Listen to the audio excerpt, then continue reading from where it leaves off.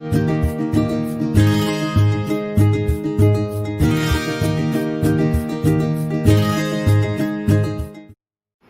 Morning students. இந்த கிளாஸில் நம்ம என்ன பார்க்க போகிறோம்னா substitution reactions in the hydrocarbon part. Which is a hydrocarbon part? For example, இதுதான் CH3COOH, ஒரு கார்பாக்சிலிக் ஆசிட். இதில் CH3 is the hydrocarbon part. எது ஹைட்ரோகார்பன் பார்ட்? CH3 தான் ஹைட்ரோகார்பன் பார்ட். அப்போ ஆல்ஃபா ஹாலோஜினேஷன் அப்படின்னு ஒரு ரியாக்ஷன். ஆல்ஃபா கார்பன் அப்படின்னா என்னது? ஃபங்க்ஷனல் குரூப்புக்கு பாண்டாக இருக்க கார்பனுக்கு பேர் ஆல்ஃபா கார்பன். அதில் உள்ள ஹைட்ரஜன்ஸ்க்கு பேர் ஆல்ஃபா ஹைட்ரஜன் ஆட்டம். அப்போ அசிட்டிக் ஆசிட்டில் இந்த கார்பாக்சிலிக் கார்பனுக்கு அடுத்து ஒரே ஒரு கார்பன் தான் இருக்குது, that is alpha carbon, and there are 3 alpha hydrogen atoms. இப்போ என்ன நடக்கும்னா acetic acid when it is treated with chlorine in the presence of red phosphorus, ஒவ்வொரு ஆல்ஃபா ஹைட்ரஜன் ஆட்டமாக எது ரீப்ளேஸ் பண்ணணும்னா குளோரின். அப்போ ஃபஸ்ட்டு என்ன கிடைக்குன்னா ஆல்ஃபா குளோரோ அசிட்டிக் ஆசிட், அடுத்தது alpha gamma alpha dichloro acetic acid, அதுக்கு அடுத்தது alpha gamma alpha alpha triple alpha double alpha and single alpha அப்படின்னு வரும்.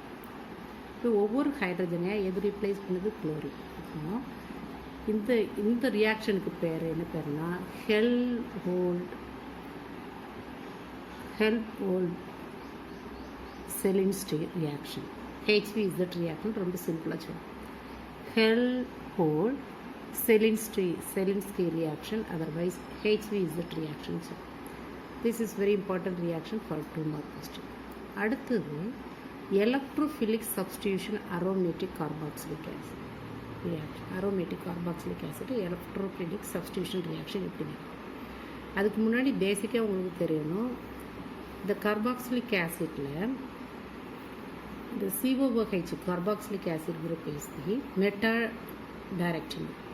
நான் ஏற்கனவே சொல்லியிருக்கிறேன், இந்த ஃபங்க்ஷனல் குரூப்பில் எல்லாம் மல்டிபிள் பாண்ட்ஸ் வருமோ அதெல்லாம் meta directing group that are deactivating the incoming electrophile. அதனால இது meta directing. So benzoic acid when it undergoes halogenation in the presence of any catalyst, அதாவது ப்ரோமினேஷன்னா ஃபெரிக் ப்ரோமைடு எடுக்கிறோம், குளோரினேஷன்னா ஃபெரிக் குளோரைடு எடுக்கும், சரியா? அப்போ இங்கே என்ன நடக்கும்? bromine will be bonded, that is an electrophile that will be bonded at the meta position. So meta promo benzoic acid கிடைக்கும். அதே மாதிரி benzoic acid when it is treated with the nitrating mixer வச்சு நம்ம treat பண்ணும்போது nitrating மிக்சரில் எலக்ட்ரோஃபில் எது release ஆகும்? NO2 group. அது ஏற்கனவே நம்ம எதில் பார்த்தோம்? பென்சால்டியேட்டோட எலக்ட்ரோஃபிலிக் ரியாக்ஷன்ஸில் பார்த்தோம். அப்போ NO2 group will be, so that is bonded at the meta position. So meta nitrobenzoic acid கிடைக்கும். Then sulfonation. So benzoic acid when it is treated with only concentrated sulfuric acid. இங்கே பார்த்தது nitrating mixture, அதாவது அதில் sulphuric acid and nitric acid mixture எடுத்தோம். இங்கே sulphuric acid வச்சு மட்டும் treat பண்ணும்போது it gives what? Meta sulphonic acid கிடைக்கும். என்ன கிடைக்கும்? Meta sulphonic. ஸோ இந்த மூணுமே ரொம்ப இம்பார்ட்டண்ட்டாக உள்ள கொஸ்டின். அதுக்கு அடுத்தது even one more thing you have to remember it. Benzoic acid it does not undergoes Friedel Crafts reaction. Friedel Crafts ரியாக்ஷன்னா நம்ம என்ன சொல்லியிருக்கிறோம்? இப்போ for example benzaldehyde it undergoes when it is treated with alkyl halide, then it gives what? benzoil. அது அசிட்டோஃபினோபென்சோஃபினோனோட preparation அசிட்டைலேஷன் ஆகிட்டு alkylation and அசிட்டைலேஷன் நம்ம படித்தோம், சரியா? பென்சோயிலேஷன் அந்த ரியாக்ஷனில் இதில் நடக்காது. Since the COOH group is very strong deactivating nature, அதனால் இதில் என்ன நடக்காது? ஃப்ரிடல்-கிராப்ஸ் ரியாக்ஷன் நடக்காது. அது that is the one word. அடுத்தது reducing action of formic acid. அடுத்தது என்னது? Reducing action of formic acid. இப்போ ரெடியூசிங் ஆக்ஷன் ஆஃப் ஃபார்மிக் ஆசிட்டில் இது ஒரு இம்பார்ட்டன்ட் 2 மார்க் கொஸ்டின், 2020 மார்ச்சில் கேட்ட question. Why formic acid is a strong reducing agent, explain it அப்படின்னு கேட்டிருந்தாங்க. அப்போ நீங்கள் அந்த ஸ்ட்ராங் ரெடியூசிங் ஏஜென்ட் அப்படின்னாலே அது இட் அண்டர்கோஸ் ஆக்சிடேஷன் ஈஸிலி. ரொம்ப ஸ்ட்ராங் ரெடியூசிங் ஏஜென்ட்னா it undergoes oxidation easily. Very strong oxidizing ஏஜென்ட்னா it undergoes reduction very easily. இந்த ரெண்டு கான்செப்ட் நீங்கள் புரியும்.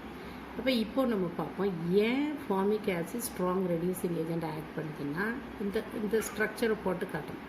இது ஃபார்மிக் ஆசிட்டோட ஃபார்முலா, ஸ்ட்ரக்சரல் ஃபார்முலா. அதில் இப்போ இங்கே மட்டும் பாக்ஸ் அப் பண்ணி அண்டர்லைன் பண்ணி காட்டியிருக்குது ஆல்டிஹைடு குரூப், இங்கே காட்டியிருக்குது carboxylic acid group. Since formic acid contains both aldehyde as well as carboxylic acid group, so it undergoes oxidation very easily, so it is a strong reducing agent. இதை நீங்கள் எழுதணும் ஒரு 2 mark. அப்போ இது strong reducing agent அப்படிங்கிறது prove பண்ணதுக்கு ஒரு 2 test இருக்குது. ஒன்று வந்து என்னது tolerance reagent test, another one failing solution. It reduces the tolerance ammonical silver nitrate solution into silver mirror. It reduces the failing solution into cuprous oxide red colored precipitate form. இப்போ அந்த equation எழுதும். அப்போ reason மட்டும் கேட்டால் இது ரெண்டு இல்லை. போன தடவை கேட்டிருந்த அந்த கொஸ்டினுக்கு இந்த பாக்ஸ் பண்ணி இது மட்டும் எழுதினாலே போகும். Prove the reducing nature of formic acid அப்படின்னா இந்த 2 ஈக்குவேஷனையும் எழுதும். ஃபெயிலிங் சொல்யூஷனுக்குள்ளது எழுதும். அப்போ ஏற்கனவே நம்ம வந்து அசிட்டிக் ஆசிட்க்கு வந்து பார்த்தோம் ரெடியூசிங் ஏஜென்ட். அசிட்டிக் ஆசிட் வந்து அசிட்டால்டிஹைடில் பார்த்தோம். Acetaldehyde reduces Tollens agent test and silver and Fehling solution test, Benedict's test, Schiff's reagent test அப்படின்னு பார்த்தோம். இப்போ அதில் அசிட்டேட் அயன் எடுத்தோம். இங்கே என்ன எழுதணும் ஃபார்மேட் அயன் எடுத்தோம். சரியா? அப்போ அதை வச்சு இந்த 2 ஈக்குவேஷன். அடுத்தது டெஸ்ட் ஃபார் கார்பாக்சிலிக் ஆசிட். நான் ஏற்கனவே இது வந்து உங்களுக்கு அசைன்மெண்ட்டில் கேட்டேன். 3 டெஸ்ட் உண்டு. நான் ஒன்று ஃபஸ்ட்டு ஏற்கனவே சொல்லிக் கொடுத்தது அது கார்பாக்சிலேஷன். அப்படின்னு என்ன செய்யணும்? when the acetic acid, otherwise carboxylic acid is treated with sodium carbonate as sodium bicarbonate, a brisk effervescence occurs. So due to the evolution of carbon dioxide gas. அடுத்தது esterification சொல்லுவோம். when carboxylic acid is treated with ethanol in the presence of any one acid, then fruit smell it occurs. So due to the formation of the ester, so that is another one test. And litmus paper test, it converts the blue litmus paper into red since it contains the carboxylic acid group இருக்கிறதுனால அது ப்ளூவை ரெட்டாக மாற்றிடும். இந்த 3 டெஸ்ட்டையும் ஷார்ட்டாக கொடுப்பாங்க. இதை எழுதணும். அடுத்தது acidity of carboxylic acid. ஒரு ஆசிட்டோட அசிடிட்டி எதை டிபெண்ட் பண்ணுது அப்படின்னா த ஃபார்மேஷன் ஆஃப் கார்பாக்சிலேட் ஆனையான். அது என்னது? கார்பாக்சிலேட் ஆனையான். இங்கே உள்ள COOHல இந்த லாஸ்ட் ஹைட்ராக்சி குரூப் இருக்குல்ல, அது வந்து அதில் oxygen it attracts the acidity of carboxylic acid. Acidity of carboxylic acid, it depends upon the formation of carboxylate anion. The carboxylate anion ஓட ஸ்டெபிலைசேஷனை வச்சு தான் அந்த acidity of carboxylic acid நம்ம சொல்லலாம். அப்போ அந்த ஸ்டெபிலைசேஷன் எதை பொறுத்து இருக்குன்னா ரெசனன்ஸ் ஸ்ட்ரக்சர். அப்போ how the carboxylate anion form ஆகுது அப்படின்னா the COOH குரூப்பில் O oxygen it attracts the bonded pair of electrons towards itself. Therefore, so it releases the hydrogen very easily. அப்போ இது எவ்வளோ சீக்கிரம் இந்த ஹைட்ரஜன் அயனை ரிலீஸ் பண்ணுறோ அந்த அளவுக்கு இதோட அசிடிக் ஸ்ட்ரென்த் அதிகமாக இருக்கும். அப்போ அது எதை பொறுத்து எப்படி இருக்குன்னா ரெசனன்ஸ் ஸ்ட்ரக்சர். இப்போது ஹைட்ரஜனை ரிமூவ் பண்ண பிறகு கிடைக்கக்கூடிய கார்பாக்சிலேட் அயனோட ஸ்ட்ரக்சர் இதுதான். RC double bond O single bond O minus. இப்போ இந்த O மைனஸ் ஷிஃப்ட் ஆகுது பாருங்கள். இந்த கார்பன்லேருந்து இந்த டபுள் பாண்டட் ஆக்சிஜன் இருக்குது. அப்போ டபுள் பாண்ட் இங்கே வந்துடும். அதை அடுத்த ஸ்ட்ரக்சரில் கொடுத்துருக்கோம். 3ஆவது ஸ்ட்ரக்சரை பாருங்கள். இந்த double bond that is the common. Double bond காமனாக இருக்குது, அதே நேரத்தில் நெகட்டிவ் சார்ஜ் ஆல்சோ காமன் அப்படிங்கிற மாதிரி ஒரு ஸ்ட்ரக்சர் கொடுத்துருக்கோம். ஸோ இந்த strength of the carboxylic acid can be derived by a formula. அதை என்ன சொல்லுவோம்னா ஒரு ஆசிட்க்கு அந்த கான்ஸ்டன்ட் வச்சு நம்ம வந்து டிரைவ் பண்ணுவோம். For example RCOOH when it undergoes hydrolysis it gives RCOO minus plus H3 hydronium ion. So Ka, that is the dissociation constant, otherwise acidity constant, that is equal to the product side என்ன கிடைச்சிருக்கு நமக்கு acetate ion hydronium ion கிடைச்சு. அப்போ concentration of acetate ion into concentration of hydroxyl ion hydronium ion divided by what? Concentration of acid. Water நம்ம ஏன் எடுக்கலை அப்படின்னா அதோட கான்சன்ட்ரேஷன் சேஞ்சஸ் வந்து வெரி வெரி லெஸ், அதனால குவான்டிட்டி அதிகமாக இருக்கிறதுனால அதை எடுக்கலாம். ஈவன் இந்த கே ஏங்குது என்ன சொன்னேன், that is the dissociation constant, otherwise acidity constant. So the dissociation constant can be calculated by using the formula pKa is equal to negative log of Ka. So இங்கே KA வச்சு நீங்கள் பார்க்கும்போது KA அதாவது இந்த dissociation constant value வந்து அதிகமாக இருந்தது அப்படின்னா that is a strong acid, இதோட வேல்யூ கம்மியாக இருந்ததுன்னா that is a week acid. இப்போது இந்த டிசோசியேஷன் கான்ஸ்டண்ட்டை நம்ம இன்னொரு வகையிலே நம்ம வந்து கண்டுபிடிக்கலாம், என்னதுன்னா pKa.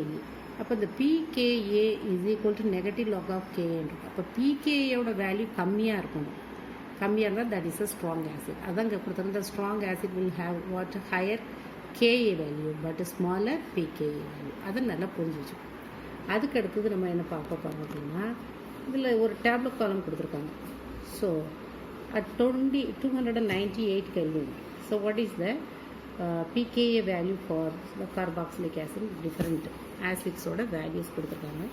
இதுக்கு வந்து நம்ம ஒரு தடவை கோ த்ரூ பண்ணிக்கணும். அதுக்கு அடுத்தது என்ன கொடுத்துருக்காங்கன்னா effect of substitution acidity of carboxylic acid. இப்போ இந்த கார்பாக்சிலிக் ஆசிடோட அசிடிக் ஸ்ட்ரென்த் அப்புறம் acidic nature it depends upon the substituents present in the carboxylic acid. Suppose the electron releasing alkyl group இருந்தது அப்படின்னு வச்சுக்கோங்க. அப்போ that decreases the strength of the acid, otherwise acidic strength of the carboxylic acid. Electron releasing group.